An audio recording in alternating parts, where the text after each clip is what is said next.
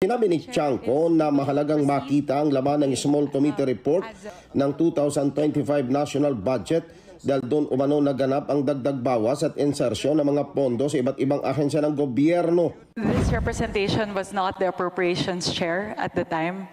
So the person who's covering the jurisdiction of that particular document, that is a document within the purview of the 19th Congress. Given that we've now crossed over to the 20th Congress, we would need to consider that request. Madam Chair, that's not acceptable. This is public records. Pareho pa naman yung COMSEC natin.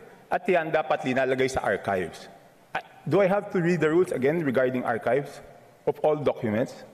So may ang daming violation, Madam Chair. Walang record, hindi binigay. Ngayon, it's not readily available. Walang record sa archives. Ano to, sikreto? Bago pa man umpisahan ang budget deliberations ng 2026 proposed national budget, nagbantang ilang kongresista na kailangang ipaliwanag ng Kamara kung ano talaga ang nangyari sa deliberasyon ng 2025 national budget na pinaniniwalang minanipula ng majority group noong 19th Congress, kaya nagkaroon ng mga budget insertion.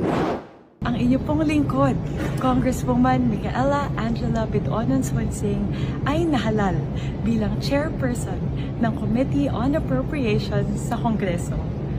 Patuloy po nating itinataas ang bandera ng unang distrito ng Nueva Ecija at ng buong probinsya ng Nueva Ecija sa Kongreso. Para sa Diyos at bayan.